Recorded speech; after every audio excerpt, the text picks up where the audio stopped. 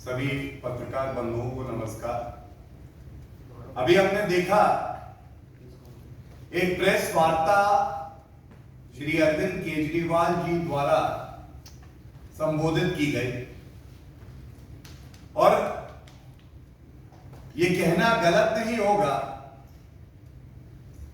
कि उनकी प्रेस वार्ता का उत्तर देते हुए जो आज जनता कह रही है, केवल दिल्ली की नहीं, पंजाब की नहीं, पूरे भारत की,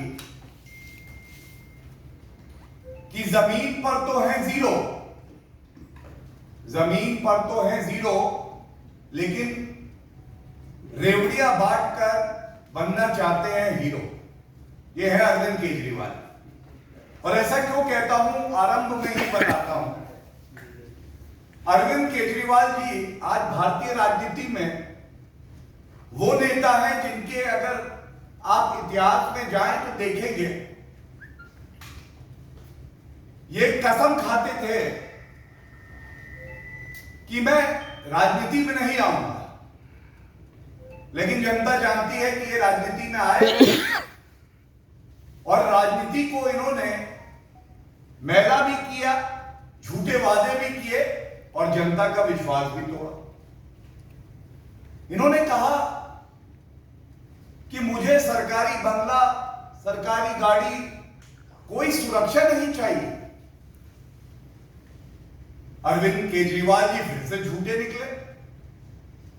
आज हमने देखा छोटी वैगनआर बड़ी गाड़ियों में तब्दील हो गई, सुरक्षा के घेरे में रहते हैं, आम जनता से कटे हुए हैं और इनकी राजनीति केवल झूठ और फरेब की राजनीति बन के रह गई है। चुनाव में जब ये अपनी पार्टी की बात करते हैं तो ऐसे ऐसे वादे करते हैं, सब कुछ मुफ्त करूंगा। एक मुख्यमंत्री का यह फर्ज होता है कि वो जनता के लिए समर्पित हो, सुनिश्चित करे कि नौकरी हो जनता के पास, सुनिश्चित करे कि उसका इलाज हो, बेहतर से बेहतर हो, शिक्षा का प्रबंध हो। लेकिन आप ये भी दिमाग में रखते हैं कि जो प्रदेश में सरकार है उसकी वित्तीय हालत क्या है। लेकिन ये अरविंद केजरीवाल जी का जो एक असफल मॉडल है उसमें नहीं आता है। उनको केवल और केवल वादे करने हैं और जब चुनाव बीत जाते हैं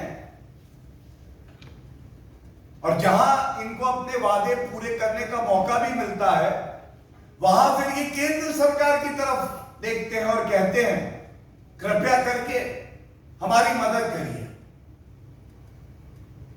और देखिए फर्क क्या है, मैं आपको बताऊं। पंजाब के चुनाव में इनके मुंह से निकला हर महिला जो 18 वर्ष से ऊपर की आयु रखती है उसको 1000 रुपए देंगे। क्या यह वादा पूरा हो गया अरविंद केजरीवाल जी?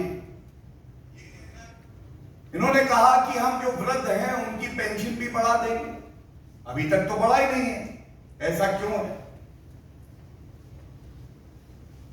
और आम आदमी पार्टी की नींव में आज झूठ और फरेब है जो जनता देख पा रही है। और इसीलिए अरविंद केजरीवाल जी आपकी विश्वसनीयता शून्य हो गई है, शून्य अंडा। वो क्यों है? आप वादे कर देते हैं लेकिन जब पूरा करने का समय आता है तो आप उन वादों से दूर भाग जाते हैं। अगर आप 8.5 साल दिल्ली में आपकी सरकार है और कार्य किया होता तो शायद आपको इस तरह से झूठे वादे ना करने पड़ते आगे। और मैं ये बताना चाहता हूं, बहुत जिम्मेदारी से बताऊंगा, दिल्ली में जनता ने आपको अपार आशीर्वाद दिया, इस उम्मीद से दिया कि आप जो वादे करते हैं उनको पूरा करेंगे। ये वादे अरविंद केजरीवाल जी ने किए कहते हैं कि मैं 500 नए स्कूल दूंगा, 20% जो प्रदेश का बजट होगा वो मैं शिक्षा में लगाऊंगा। अब सत्य क्या है ये भी जान लीजिए। 500 नए स्कूल खोलना तो दूर की बात है, 16 दिल्ली के स्कूल बंद हो गए। आरटीआई में पता चलता है कि 16 स्कूल बंद हो गए और 745 तो ऐसे स्कूल हैं जहां पे प्रधानाचार्य नहीं है। और जब इनसे सवाल पूछो तो ये कहते हैं हैप्पी क्लासेस चल रही है। अरविंद केजरीवाल जी, आप हैप्पी हो सकते हैं क्योंकि आपके चाहे पंजाब के स्वास्थ्य मंत्री हो, चाहे सत्येंद्र जैन जी हो दिल्ली में, दोनों ने जनता की गाड़ी कमाई को लूट के आपको दिया, आप हैप्पी हैं। अरविंद केजरीवाल मस्त हैं, जनता त्रस्त है, और ये कहते हैं हैप्पी हैप्पी है। मैं एक बात जरूर कहूंगा, अरविंद केजरीवाल जी, आप 8.5 साल दिल्ली में सत्ता में हैं, क्या आप ये बता पाएंगे? और अब मैं इस लिस्ट को पढ़ देता हूं और चुनौती देके कहता हूं, आप बताइए कि ये जो वादे आपने किए हैं 8.5 साल में, इसमें कौन सा वादा आपने पूरा कर दिया? 500 नए कॉलेज स्कूल बनाएंगे, 500 नए स्कूल बनाएंगे, 20 नए कॉलेज बनाएंगे, 15 लाख सीसीटीवी कैमरा लगाएंगे, 5000 नई डीटीसी की बसें आएंगी, 8 लाख नौकरियां आम जनता को देंगे, 2 लाख शौचालय बनेंगे, पूरे दिल्ली में हर जगह वाईफाई होगा, जो सड़कें होंगी वो यूरोपीय मानक की होंगी, और आम जनता को आरओ क्वालिटी का पानी देंगे। और सच्चाई यह है कि 30% अभी भी ऐसे घर हैं जहां पे स्वच्छ पानी के लिए पाइपलाइन ये नहीं बिछा सके, और केंद्र सरकार अपना काम कर रही है। ये सारे वादे जो मैंने बताए, तो इससे आपकी विश्वसनीयता आज शून्य हो चुकी है। और मैं एक बात और बता दूं, हमारे विरोधी भी कोई हो सकता है, अगर जनता के लिए अच्छा काम करेगा तो वो सराहनीय है, लेकिन आपको केंद्र सरकार से, आपको जहां भाजपा शासित राज्य है उनसे सीखना चाहिए किस तरह से नीतिगत तरीके से एक प्लानिंग होती है। अगर कोई बात करे तो वो बात पूरी होनी चाहिए, जिसका सबसे बड़ा प्रमाण इस देश में विपक्ष कहता था कि कोविड की महामारी में टीके कैसे लगेंगे, जनसंख्या इतनी बड़ी है, 200 करोड़ टीके, 200 करोड़ सुरक्षा कवच भारतीय नागरिकों को मिले मुफ्त, करके दिखाया। जब महामारी आई, ऐसे 80 करोड़ भारतीय हैं जिनको 2 साल लगभग अनाज मिला है। हम सब जानते हैं कैसे उज्ज्वला योजना में गैस के सिलेंडर मिल रहे हैं, प्रधानमंत्री किसान सम्मान निधि 10 से 11 करोड़ किसान लाभान्वित हुए हैं। ये क्या दर्शाता है? ये दर्शाता है कि आप नीतिगत तरीके से आम आदमी का हित करिए। ऐसा ना हो कि आप कोई बात कहें और जनता आपकी बात पे विश्वास इसलिए ना करे क्योंकि आप केवल झूठे वादे करते हैं, रेवड़ी बांटने का काम करते हैं, और जब आपकी जवाबदेही होती है, जब आपसे सवाल पूछा जाता है, तो आप भाग खड़े होते हैं।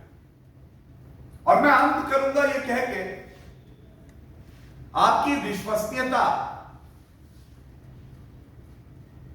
अरविंद केजरीवाल जी ये है कि जिसको आप आपकी सरकार में मंत्री कट्टर ईमानदार बुला रहे थे, सत्येंद्र जैन, उनको न्यायालय ने बेल नहीं दी है, वो आज भी जेल की सलाखों के पीछे है। जनता जान गई है कि केवल आपके मंत्री जो है वो कट्टर बेईमान नहीं है, उनका नेतृत्व जो अरविंद केजरीवाल कर रहा है वो भी कट्टर बेईमान है, कट्टर बेईमान। और जनता ये भी कह रही है, क्या हुआ तेरा वादा अरविंद केजरीवाल जी, क्या हुआ तेरा वादा? क्या कुछ ज्यादा बोल जाते हैं आप चुनाव के दौरान? भूल जाते हैं अपनी संवैधानिक जिम्मेदारियों को? आज अरविंद केजरीवाल जी ने कहा इलाज की व्यवस्था होनी चाहिए हर नागरिक के लिए।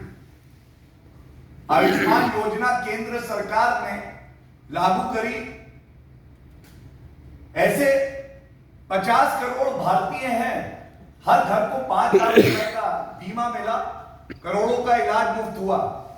आज आपसे हम पूछना चाहेंगे 8.5 साल में कितने मेडिकल कॉलेज आपने बनाए? क्या यह सत्य नहीं है अरविंद केजरीवाल जी? जब कोविड की सेकेंड वेव आई तो केंद्र सरकार ने ऑक्सीजन सुनिश्चित किया, दवाई करी, लेकिन आप गायब थे। और आप तब प्रकट हुए जब दूसरी वेव को परास्त कर चुका था भारत श्री नरेंद्र मोदी जी के नेतृत्व में। और आपने तब पत्रकारों ने सवाल पूछा तो कहा मैं आ गया हूं तीसरी वेव की तैयारी कर रहा हूं। तो जब संकट होता है तो आप गायब हो जाते हैं। और यह बात जग जाहिर है कि कोई विपदा अगर आएगी देश पे, महामारी होगी, तो पूरा देश एकजुट हो जाता है। लेकिन विश्वसनीयता अगर किसी की है तो आदरणीय प्रधानमंत्री श्री नरेंद्र मोदी जी की है, जिन्होंने दिल्ली के लोगों के लिए हर संभव प्रयास किया और देखा कि अगर उन पर संकट है तो उस संकट का निवारण कैसे किया जा सकता है। आपने